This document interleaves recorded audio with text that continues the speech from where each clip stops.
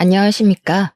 사연을 들어주실 청취자 여러분들께 인사를 먼저 올리고 시작하겠습니다. 저는 30대 후반에 접어든 여자 사연자로서 평소에 이런 썰들을 좋아해서 자주자주 듣고 즐기고 있었습니다. 그러다가 문득 저에게 있었던 일도 사연으로 한번 올려보면 어떨까 싶어서 이렇게 타이핑을 치기 시작했습니다. 저희 집에 일어난 큰 사건을 한번 재미나게 풀어보도록 하겠습니다. 저희 집에는 이상한 가훈이 하나 존재합니다. 그건 바로 가족들끼리는 모든 걸 나눠야만 한다는 가훈이자 법칙이죠. 그 법을 무시하는 날에는 아주 무시무시한 엄벌이 내려지곤 했습니다. 뭐 말로만 보면 그게 뭐 어때서? 당연한 거 아니야? 하는 생각을 하실지도 모르겠습니다만 실상은 늘 상상 그 이상이었습니다. 우리 아버지께서는 항상 가족들끼리는 콩 한쪽도 나누어야 한다고 하셨고 그 콩 한쪽이라는 게 얼마나 사소한 것인지 알게 된 건 제가 고등학생 때였습니다. 당시에 저를 좋아하던 같은 반 친구가 발렌타인데이 때 저에게 초콜릿을 선물로 주었습니다. 값이 꽤 비싸서 평소에는 사 먹을 수 없는 한 알씩 금박 포장이 된 초콜릿이었습니다. 물론 값도 값이지만 저도 그 친구에게 호감이 있었기 때문에 아껴서 먹으려고 책상 서랍에 꽁꽁 숨겨두고 생각날 때마다 하나씩 꺼내 먹었죠. 그런데 제 여동생이 그 초콜릿을 보고는 저에게 하나만 달라고 졸랐었어요. 저는 당연히 제가 좋아하는 남자애가 준 선물이기에 절대 안 된다고 꺼내 먹을 생각하지 말라고 숫자 세고 있다고 이야기를 했죠. 근데 제 동생은 그게 엄청 먹고 싶었는지 엄마에게 가서 그 초콜릿 하나만 사달라고 조르기 시작한 거예요. 엄마는 귀찮아서 언니한테 하나 달라고 하라고 이야기를 했고요. 동생이 징징거리면서 언니가 안 준다고 했다고 우는 소리를 내니까 아버지께서 방에서 나와서 큰 소리를 치셨습니다. 가족끼리 콩 한쪽도 나눠 먹어야 하는 것인데 그깟 초콜릿이 뭐라고 동생에게 나눠주지 않는 거냐고요. 제 방으로 들어와서 서랍이란 서랍은 다 뒤지시더니 제가 소리를 지르는데도 그 초콜릿을 찾아서 가족들끼리 나누자고 하시더군요. 제가 받은 선물인데 고작 7개 남았는데 저를 1개 덜렁 주고는 자기들끼리 2개씩 나눠서 입에 까놓는 게 아니겠습니까? 제가 어이가 없어서 막 울었더니 아버지께서 저에게 울그락불그락한 얼굴로 가족끼리 나눠 먹는 게 그렇게 곶감냐고 하시더라고요. 가족들에게 베풀면 나중에 네 복으로 돌아온다고 당당하게 말하시는데 저는 그것도 제 마음에 폭력을 휘두른 것이란 생각이 들었습니다. 마음에 든 멍은 빠질 생각을 하지 못했고 자연스럽게 아버지와 거리를 두게 된 큰 사건이었죠. 저희 아버지는 사업을 하시는 소위 말하는 잘나가는 사장님이었습니다. 문제는 사업을 해서 넉넉한 부를 축적하는 것과 다르게 돈을 빌리러 온 친척들에게 하염없이 재산을 나눴다는 게 문제였죠. 허구한 날 문지방을 밟으며 돈 좀 빌려달라고 말하는 친척들을 내치지 않는 아버지 때문에 엄마는 피곤해하시고 속상해하셨습니다. 물론 우리 아버지께서 꽤 건실한 사업체를 운영 중이셨기에 가족들이 먹고 사는데 전혀 문제가 없긴 했습니다. 모은 돈으로 건물도 한 채 사서 가지고 계시며 월세를 받고 있기도 했고 그러니까 엄마도 아버지에게 싫은 소리를 한번 못 하셨죠. 아버지께서는 어릴 때 정말 가난하게 살아서 온 가족이 힘들었었다며 가족들을 더 이상 고생시키고 싶지 않은 마음에 나누는 거라고 하셨습니다. 어떻게 보면 콩 한쪽까지도 나눠야 한다는 강박관념에 사로잡혀 사시는 분 같았습니다. 하지만 저는 그게 별로 이해가 가지 않았단 말이죠. 나눠줘봐야 감사한 줄도 모르고 더 줘라, 더 내놔라 하는 강도처럼 굴었거든요.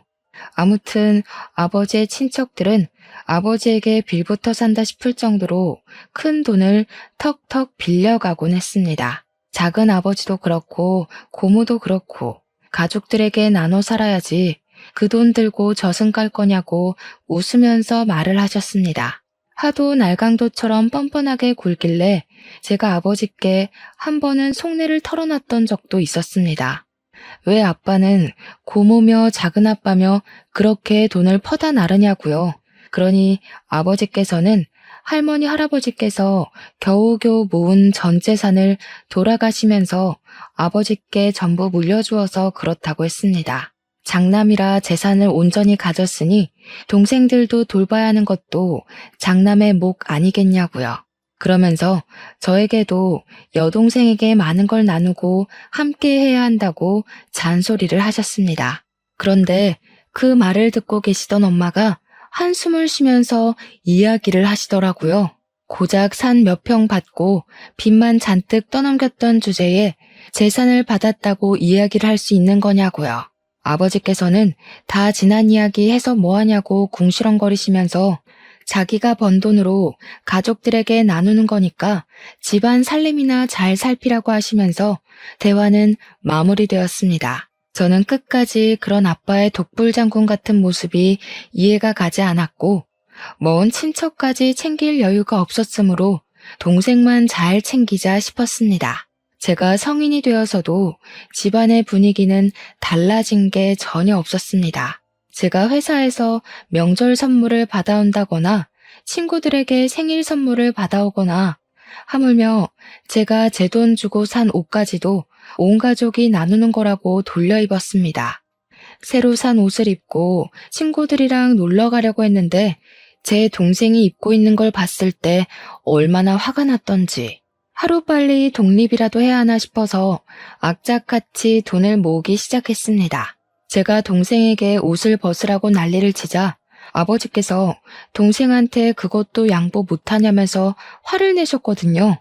진짜 너무너무 스트레스를 받았지만 이 집에 살고 있는 동안에는 절대 바뀌지 않을 법칙이라 생각하며 제 속을 달래야 했습니다.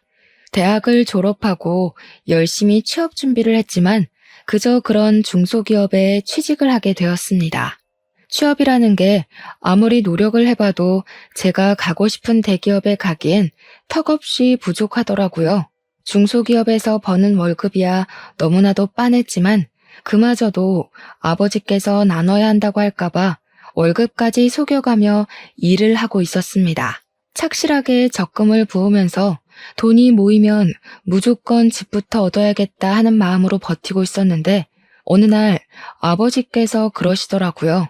가족끼리 따로 사는 건 절대로 용납할 수 없는 일이라고.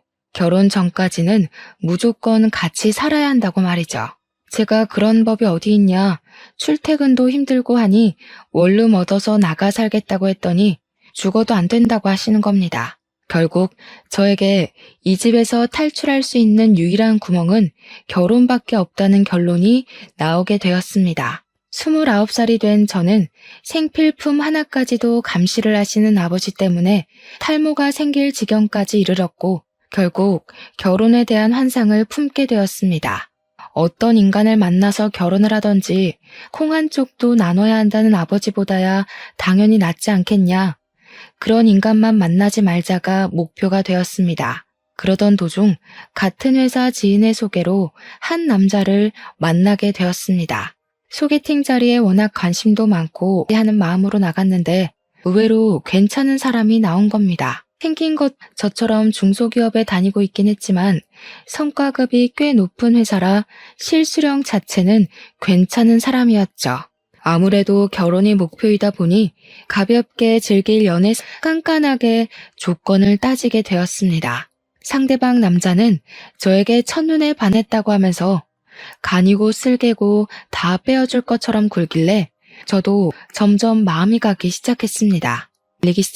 이 집을 탈출할 수 있다는 생각에 이 남자의 단점은 보이지도 않았습니다. 8개월을 만나다가 마음을 완전히 열고 집에서 나가고 싶은 마음에 있다고 솔직하게 말을 했죠. 그러자 그 사람은 저에게 아무런 문제가 될 것이 없다며 저의 마음을 지지해 주었습니다. 자기 나이 32살에 모은 돈이 7천만 원 정도 있다며 신혼집은 작은 집 대출을 받아서 입주하면 충분하지 않겠냐고 결혼을 하자고 하더라고요. 약간 멋이 없는 프로포즈이긴 했지만 저도 모아둔 돈이 6천만 원 정도 1억 3 가능하지 않겠나 싶습니다. 결혼을 하기로 약속을 나눈 뒤 우리 집에 먼저 인사를 드리러 가기로 말을 마쳤습니다. 제가 아버지에게 넌지시 소개를 시켜드릴 사람이 있다고 이야기를 드렸더니 아버지께서 아주 깜짝 놀라시더라고요.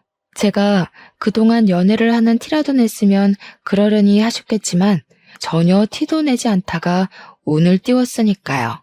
저에게 결혼할 거니? 아직 나이가 29살밖에 먹지 않았는데 천천히 해도 되지 않겠니? 라고 하셨습니다. 제 목표가 뚜렷하게 이 집을 탈출하는 것인데 천천히 하는 게 말이나 되는 소리입니까? 아니라고 빨리 결혼하고 싶다고 솔직하게 말했습니다. 주말에 인사를 드리러 올 예정이라고 이야기를 하고 주말이 되자 예비 신랑이 집에 양소다. 그래 예상과는 달리 저희 아버지께서 상당히 탐탁하게 얼마나 만났다고? 고작 8개월 보고 결혼을 한다는 거야? 아직 만난 지 얼마 되지도 않았는데 왜 이렇게 서둘러서 결혼을 하려고 해? 은근히 서운해하는 눈치까지 보이니까 괜히 제 마음이 불편하더라고요. 제가 이 집을 나가려고 노력하는 이유가 아버지 때문인데 정작 아버지는 아무것도 모르고 서운해하시니까요. 아버지께서는 고집스러운 제 눈빛을 보시고는 마음을 한풀 꺾으셨습니다. 가족이 되는 거고 우리 가족끼리는 콩 한 쪽도 나눠 먹는 그게 우리 집 가훈이라고 이야기를 하셨죠. 가요. 예비 신랑이 막 웃으면서 현실적인 가훈이라고 너스레를 떨더라고요. 아버지께서 곰곰이 생각을 하시더니 신혼집은 대출 받지 말고 본인이 직접 전세를 얻어주시겠다고 말씀하셨습니다. 예비 신랑이랑 저랑은 집 대출 알아보면서 생각보다 높은 금리에 걱정이 이만저만이 아니었는데 오히려 잘 됐다 싶었습니다. 집은 아버지께서 해주시기로 했으니까 우리가 모은 돈으로 혼수하고 결혼식 준비를 하면 딱 맞겠다 싶었던 거죠.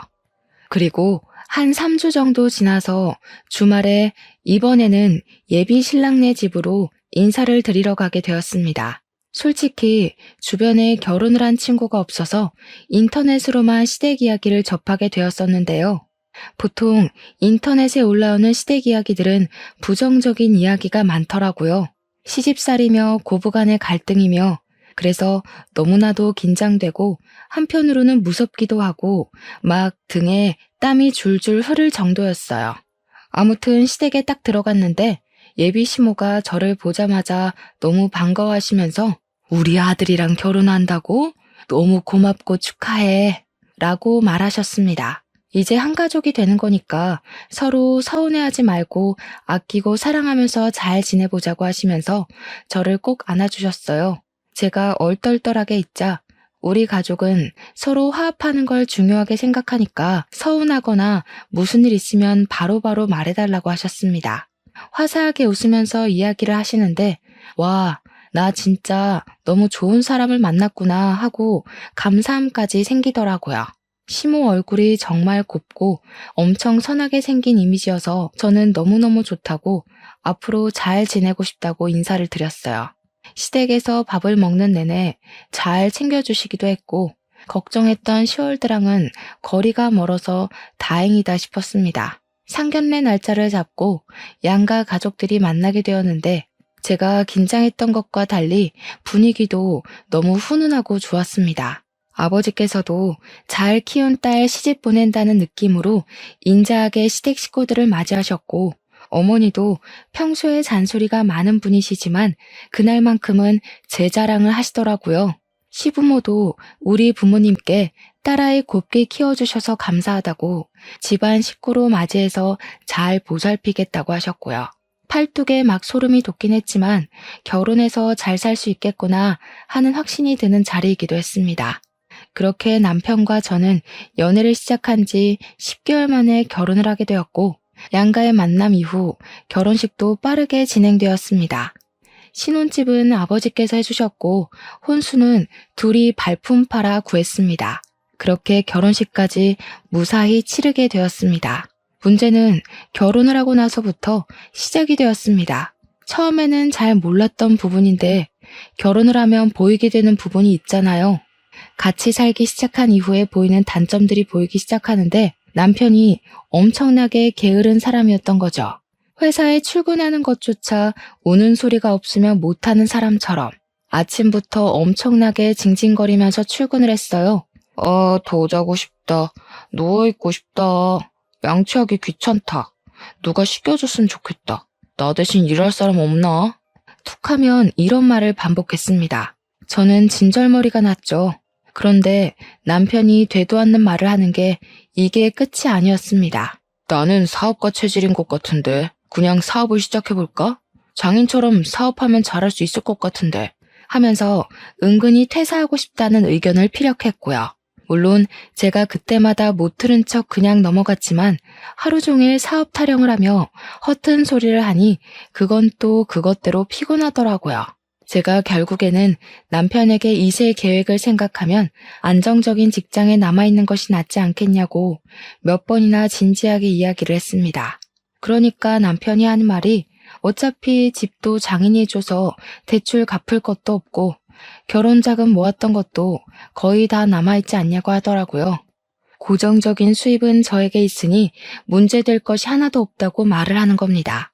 거기다가 둘이 모은 돈 1억 3천만 원 중 결혼식 비용, 혼수 비용 빼고 9천만 원 정도가 남아 있었는데 그 돈으로 사업하면 충분하지 않겠냐고 하더라고요.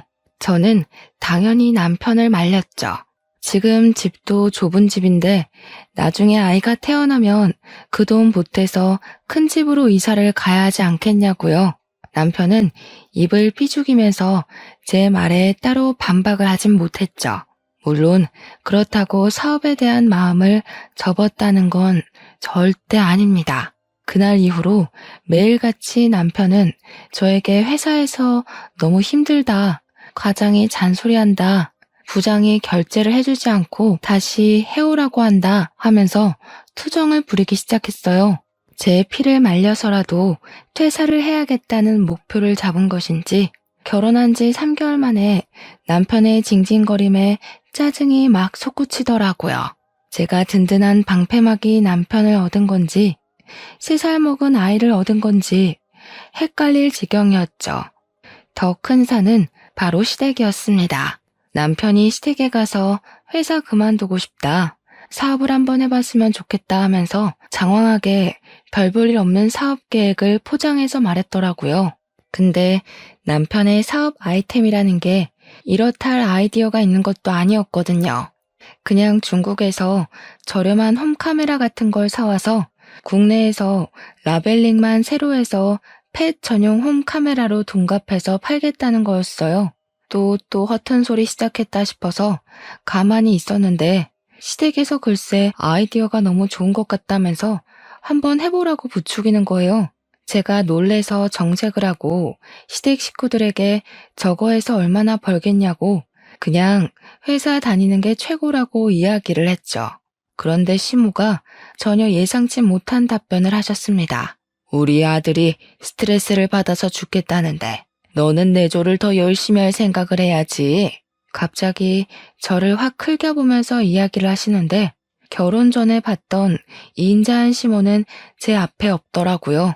저도 순간 짜증이 나서 지금 이렇게 말리는 게 내조하는 거라고, 그리고 맞벌이 부부 사이에 아내가 남편 내조해야 된다는 법이 어디 있냐고 대들었죠.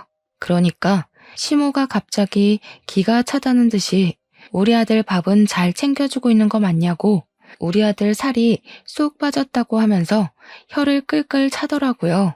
언제는 서로 서운한 일 만들지 말고 잘 살아보자고 그러더니 저도 기가 차더라고요. 다른 내용은 싹 무시하고 사업은 절대 안 된다고, 이런 걸로는 먹고 살기 힘들다고 이야기를 하고 마무리를 했죠. 아니, 마무리를 했다고 생각을 했죠. 사업 타령한 지 6개월쯤 지나서 남편이 대뜸 자기 사표를 냈다고 이야기를 하는 겁니다. 제가 미친 거 아니냐고 갑자기 사표를 던지고 오는 게 어디 있냐고 하니까 남편이 한숨 푹 쉬면서 회사에서 일이 있었다고 하더라고요. 거래처 대금 정산을 하느라 전표를 관리하는데 금액에 큰 구멍이 생겼다는 겁니다. 과장이랑 같이 목욕탕을 가고 회사 돈으로 비싼 밥을 사 먹고 했는데 영수증을 따로 챙기지 못한 게 한두 건인 줄 알았더니 엄청나게 많았던 거죠. 뻔뻔한 남편은 회사에서 잘리기 전에 먼저 실업급여라도 신청해 보려고 사표를 냈다고 이야기를 하더라고요. 제가 기가 막혀서 지금 회사 돈을 가지고 네 돈처럼 막 썼다고 이야기하는 거냐고 하니까 입을 꾹 다물고만 있었습니다.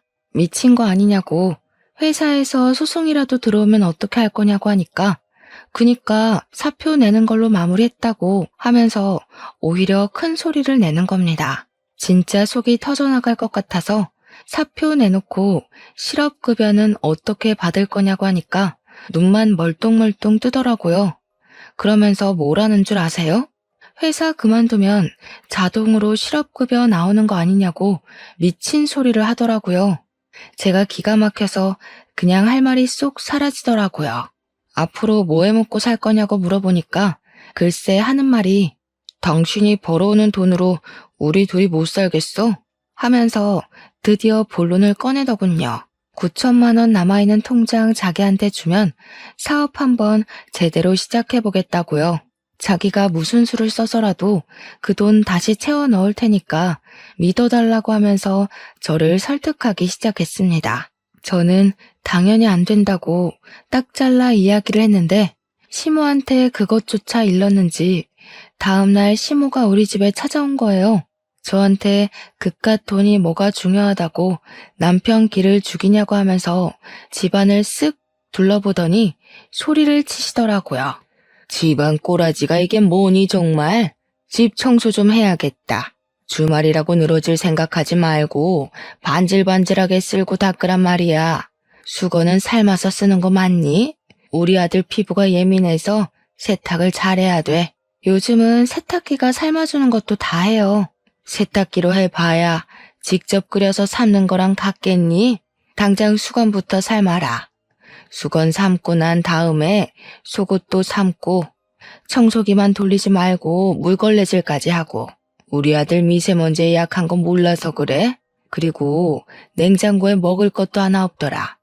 그러니까 우리 아들 살이 빠지지. 집안 살림 하나하나를 들춰보면서 잔소리를 하는데 저도 그냥 넘어가면 안 되겠다 싶더라고요. 시모한테 집안 살림 하나하나 간섭하시면 서운하다고 하니까 시모가 눈을 치켜뜨면서 지금 자기한테 뭐라고 했냐고 다시 말해보라고 성을 내더라고요.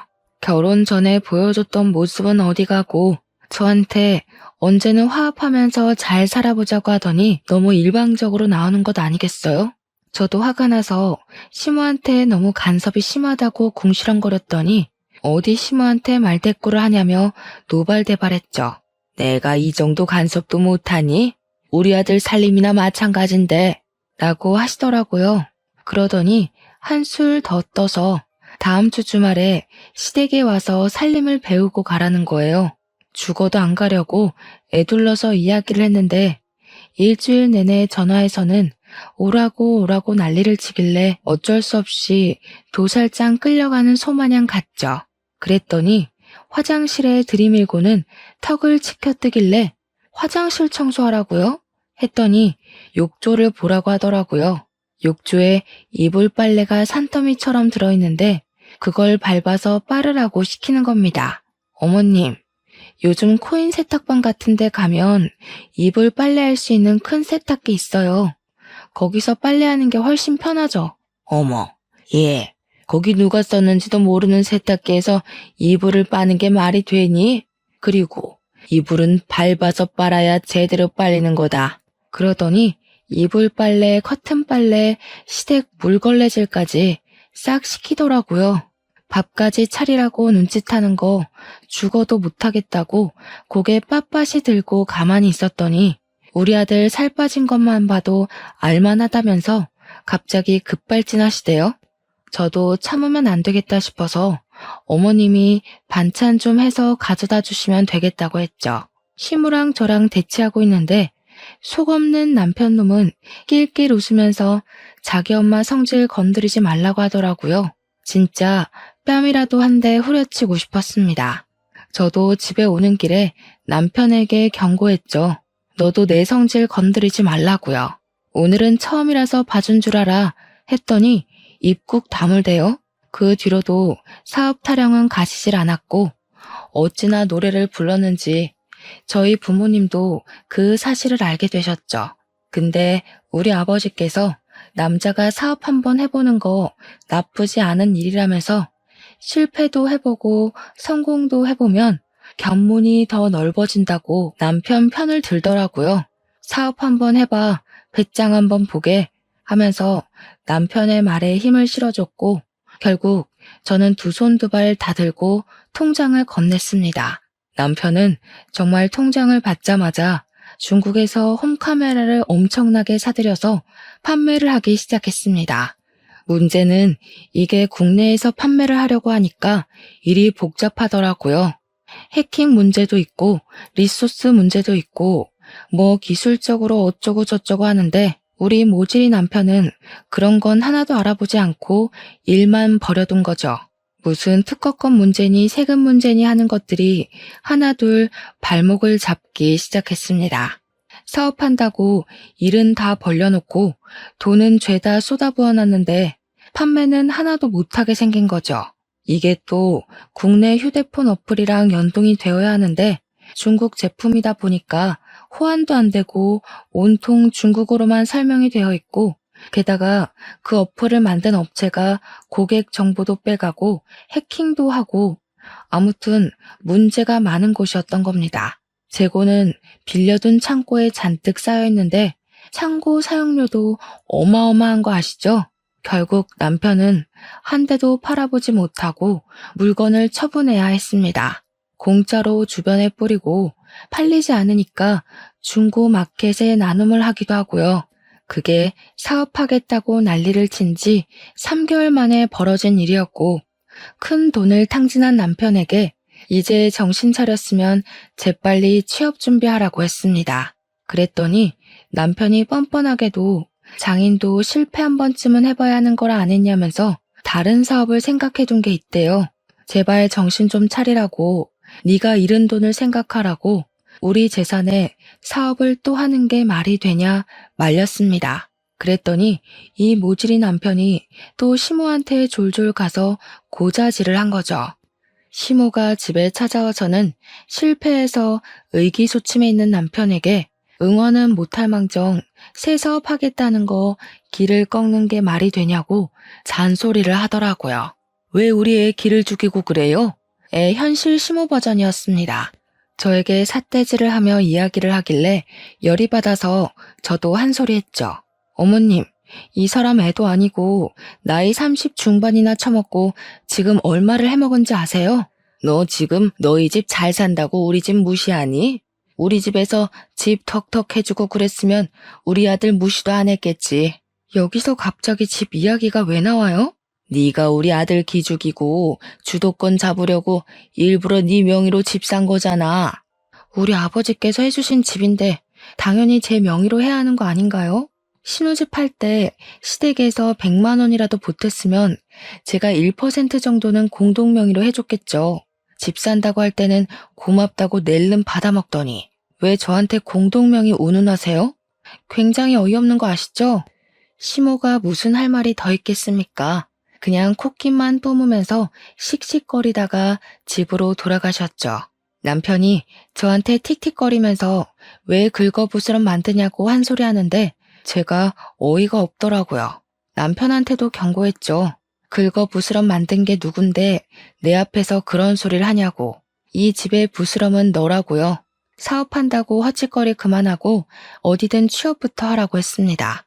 근데 이놈이 정신 못 차리고 우리 아버지를 찾아가서는 사업을 제대로 해보고 싶다면서 투자를 해달라고 한 겁니다. 가족끼리 당연히 그 정도는 나눠줄 수 있지 하면서도 우리 아버지께서도 이 미쳐넘는 놈한테 1억이나 지원을 해주신 거예요. 아버지께서 가진 건물로 대출을 받아서 해줬다고 하시더라고요. 우리 집 구할 때도 담보대출 받아서 해주신 걸로 알고 있었거든요. 남편은 아버지에게 받은 1억을 가지고 이번에는 미용기기 사업을 시작했고, 확실히 미용기기는 반응이 좀 오긴 했어요. 처음에는 중국 제품이라고 사람들이 꺼려하더니 저렴한 가격에 효과도 꽤 괜찮은지 SNS를 통해서 입소문이 퍼지기 시작했습니다. 그 기회를 놓치지 않고 마케팅 업체를 끼고 SNS를 통해서 홍보를 하기 시작했죠. 남편도 처음과 다르게 꼼꼼하게 알아보고 준비했고 공을 들이긴 했어요. 출장도 몇 번이나 다녀왔고요.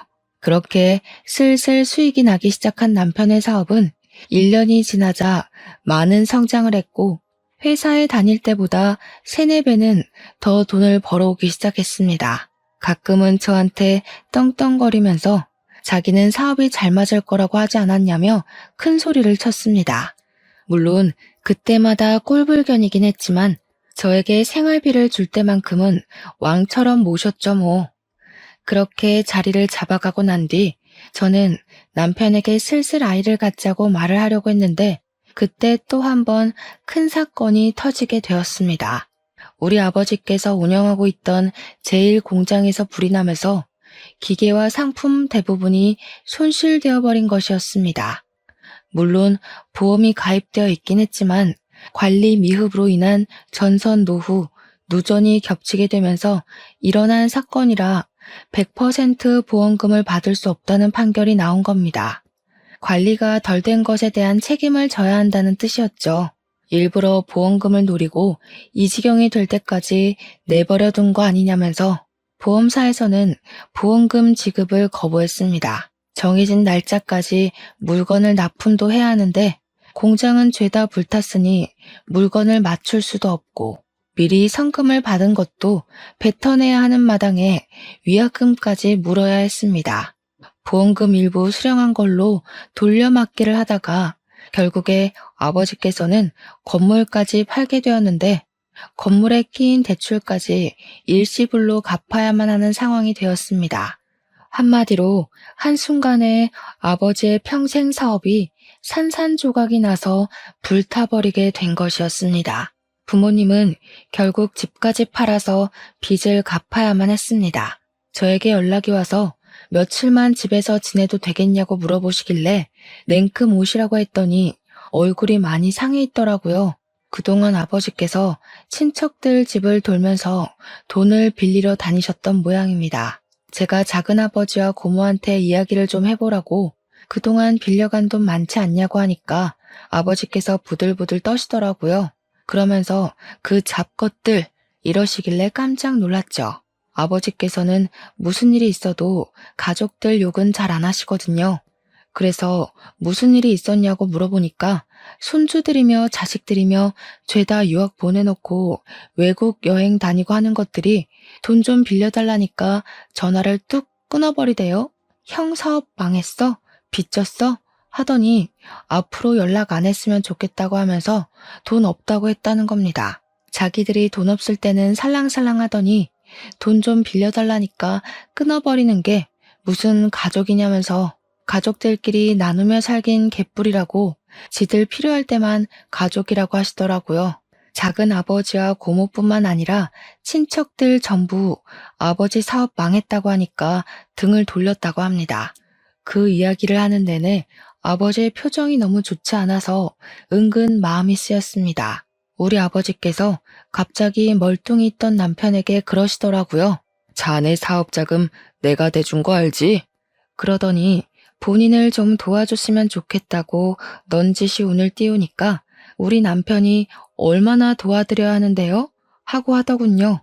아버지께서는 1억을 빌려주었으니 그 정도만 줬으면 좋겠다고 대충 돌려 막아야 할 건 다 막아놨으니 미천만 있으면 된다고 하셨습니다. 아무런 말 없이 빤히 아버지를 바라보고 있는 남편의 옆구리를 쿡 찔렀죠. 그러니까 남편이 인상을 팍 쓰면서 1억이나 빌려달라고요?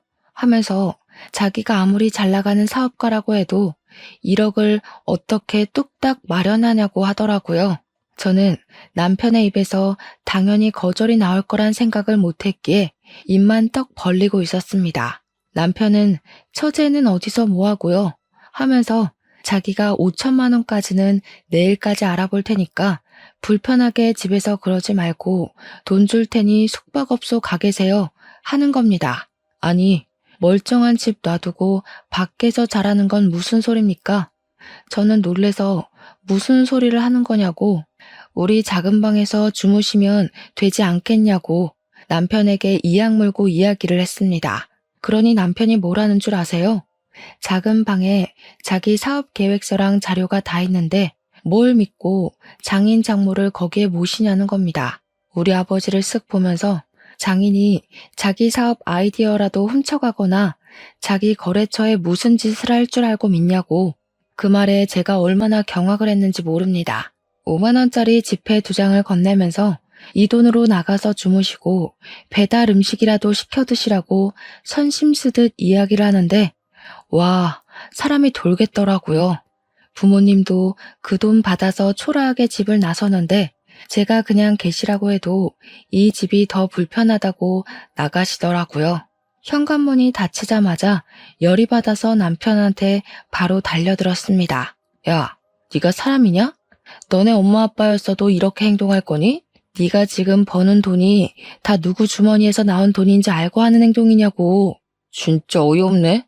내가 5천만 원 구해온다고 말했잖아. 어이없는 건 나지. 받은 건 1억인데 갚는 건 왜 5천만 원이야? 그리고 이 집도 우리 아빠가 해준 집인 거 알고 하는 소리지. 어떻게 집 해준 사람을 밖에서 자라고 내쫓을 수가 있어? 이 집 시세가 얼마나 한다고 그렇게 유세를 떨고 앉았어? 다음에 큰 집으로 이사 가면 그 집은 내 명의로 사던가 해야지. 중소기업 다니면서 돈도 얼마 못 버는 게 자존심은 왜 부리냐? 남편의 말에 저는 얼굴이 점점 굳어갔습니다. 속으로 저를 그렇게 생각하고 있을 줄이야 꿈에도 몰랐죠 뭐. 아무리 그래도 3년이라는 시간을 서로 부대끼면서 살았는데 그런 생각을 하고 있었다는데 충격적이었습니다. 제가 아무 말도 하지 않고 부르르 떨고 있으니까 저한테 5천만 원 주는 것도 감지덕지하게 생각하라고 하면서 지방에 일자리를 알아봐 드리라는 겁니다. 지방에 가서 남의 밭에서 농사 짓는 거 도와주면 돈 좀 벌지 않겠냐고, 소일거리나 하시면서 살라고 하라고. 그 나이 먹고 사업은 무슨 사업이야? 라며 짓거리는데 제가 너무 화가 나서 남편의 뺨을 정말 있는 힘껏 때렸습니다. 너 지금 내 얼굴 때린 거야? 세상에 맞고 사는 남편이 어디 있어? 당장 이혼해. 너한테 볼 일 다 끝났고 처가도 망해가서 부담되는 와중에 잘 됐다. 너하고 더 이상 같이 살 이유가 전혀 없으니까 짐 싸서 당장 나가. 이거 미친 새끼 아니야. 이 집 우리 아빠가 내 명의로 해준 집인데 어디서 나가라 말아야? 나가려면 네가 나가야지. 혼수도 거의 내 돈 주고 한 거나 다름없는 거 알지? 네가 사업한다고 남은 돈 다 말아먹었잖아. 내 집에 있는 거 하나도 건드리지 말고 당장 몸만 나가. 알겠어? 그러니 남편이 씩씩거리면서 바로 짐 대충 꾸려서 나가더라고요. 바로 아버지께 전화해서 당장 우리 집으로 오시라 했더니 근처에 계셨는지 바로 오셨습니다. 은근슬쩍 남편 눈치를 보려고 주변을 쓱 훑으시길래 이혼할 거라고 남편이 우리 집 개무시했고 열받아서 뺨도 때렸다고 이야기를 했습니다. 부모님께서 본인들 때문에 벌어진 일이라는 생각이 드셨는지 고개를 숙이고 계시길래 죄 지은 거 없으니 그러지 말라고 말씀드렸죠. 시모가 다음날 우리 집에 찾아와서는 저에게 온갖 개소리를 짓거리면서 감히 자기 아들 뺨 때렸냐고, 이렇게는 못 산다고 이혼하라고 하시대요. 전 당당하게 어제 이미 이혼하겠다고 말을 했으니까 아줌마도 우리 집 찾아오지 말라고 내쫓았죠. 근데 그 이후에 5천만 원을 주겠다던 남편이 말을 싹 바꾼 겁니다. 이혼하는 마당에 자기가 왜 5천만 원을 구해다 줘야 하는 거냐고 뻔뻔하게 나오는데 정말 인간 말종이다 싶었습니다. 이혼 진행을 하면서 애도 없고 하니 양육비 조정할 내용도 없었고요. 협의 이혼으로 진행해서 위자료도 따로 없이 완벽한 남남이 되었습니다. 구청에 가서 이혼 서류를 제출하자마자 저는 변호사를 선임해서 재산 분할 청구 소송을 진행했습니다. 일단 금액은 크게 부르자 싶어서 10억을 분할해달라고 요청을 했습니다. 그동안 남편 사업이 성장을 한 것도 우리 아버지의 미천이 아니었으면 불가능한 일이었잖아요. 거기다가 집도 제가 해갔고요. 전 남편이 결혼하고 거의 바로 회사를 그만두었기 때문에 제가 먹여 살렸다는 증거까지 완벽하게 있었거든요. 법원에서는 재산 분할에 대해 저에게 손을 들어주었지만 10억은 과하다고 5억을 배상받으라는 판결이 나왔습니다. 5억을 받아서 그 돈으로 아버지의 사업에 급한 불은 끄게 되었습니다. 오히려 1억 7천만 원 정도가 남게 되었고 아버지는 그 돈으로 다시 한번 공장을 일으켜보겠다고 하셨습니다. 저는 그 돈을 모두 아버지께 드렸고 아버지는 발로 뛰며 이전 거래처 사장님들을 만나셨어요. 이전 거래처에서도 아버지의 사고를 안쓰럽게 생각하셨고 돈으로 지원해줄 순 없어도 거래는 끊지 않고 계속하겠다고 의향을 밝히셨습니다. 아버지의 공장은 다시 한번 조금씩 굴러가기 시작했습니다. 그 일이 벌어진 지 3년이 더 지나고 공장은 다시 완전히 복구되었고 신혼집으로 썼던 그 작은 집에서 부모님과 저 셋이서 살고 있었습니다. 물론 공장이 돌아가기 시작하면서 따로 사는 동생과 합치기 위해 더 큰 집을 대출받아 계약을 했고 이사를 가려고 준비 중에 있었죠. 전 남편과 이혼한 이후에 하루라도 빨리 이 집을 떠나고 싶다는 생각도 한몫했고요. 짐을 다 싸놓고 이사 준비를 하고 있던 어느 날 초인종 소리가 들리길래 확인도 하지 않고 문을 열었습니다. 당연히 여동생이 찾아왔을 거라 생각해서 문을 열었는데 전 남편이 초췌한 얼굴로 서 있는 겁니다. 저는 싸늘하게 여긴 왜 왔냐고 당장 꺼지라고 말하니까 제 손을 덥석 잡더니 한 번만 도와달라고 하면서 묻지도 않은 자기 근황 이야기를 줄줄 읊더군요.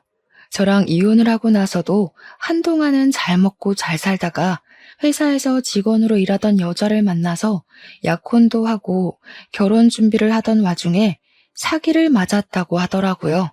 남편의 사업장에서 회계 쪽 일을 하던 여자였는데 공금 횡령을 하면서 교묘하게 돈을 들고 날랐다더군요. 돈을 들고 나른 것까지야 꾸역꾸역 괜찮았는데 국세청에서 집중 감사가 나오면서 횡령의 세금 누락까지 다 까발려졌다네요. 그 소식에 거래처들은 갑자기 끊기고 세금 폭탄에 벌금까지 맞고 사업장은 순식간에 빚더미에 올랐다고 합니다. 돈에 돌지 않으니 직원들 월급이 밀리는 건 당연한 수순이고 노동청 신고까지 들어가서 조사를 받았다는군요. 오죽하면 술을 하도 마셔서 간에 무리가 오는 바람에 황달에서 벗어날 수 없다고 저한테 한 번만 살려달래요.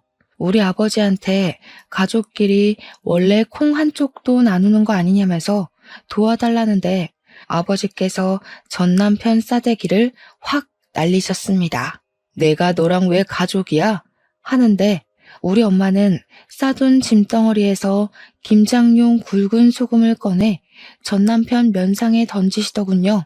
전 남편은 소금 맞고 뺨 맞고 멍하게 서 있더니 갑자기 막 울면서 잘못했다고 빌더라고요. 뭐 어쩌라고. 너 망해가는 거 보면 춤이라도 꼭 춰야지 했는데 춤출 기분도 별로 안 난다. 당장 꺼져. 전 남편이 계속 안 가고 있길래 경찰까지 불렀죠 뭐. 경찰서에 조사 쓰러 가니까 시모가 찾아와서는 표독스럽게 절 노려보대요. 같이 살았던 정이 있는데 한번 도와줄 수도 있지 하면서 궁시렁거리는데 가소롭더군요. 아줌마, 우리 친정 힘들 때는 돈 없으니까 꺼지라고 하더니 이제 와서 태도 전환하시는 거예요? 저도 돈 없는 아줌마랑 아줌마 아들한테 관심 없고 말도 섞기 싫으니까 좀 꺼지세요. 저를 보면서 부들부들 떨고 있는 시무를 가뿐히 무시하고 집으로 돌아왔습니다. 우리 가족은 3일 뒤에 집도 예정대로 이사를 했어요. 간혹가다 이전 집 주소로 우편물이나 택배 배송이 가는 일이 있어서 물건 찾으러 양해를 구하고 살던 집에 찾아가니 집주인이 말해주더라고요. 어떤 남자가 몇 번이나 집에 찾아와서 경찰에 신고를 했었다고요. 전 남편이 제가 이사 간 걸 모르고 찾아간 것 같더라고요. 이혼하고 휴대폰 번호도 바꾸고 집도 이사를 갔으니 이제 더 이상 볼 일 없겠죠. 전 남편이 평생 속죄하면서 살 수 있게 최악으로 살았으면 좋겠어요. 저의 사연은 여기까지입니다. 들어주셔서 감사해요.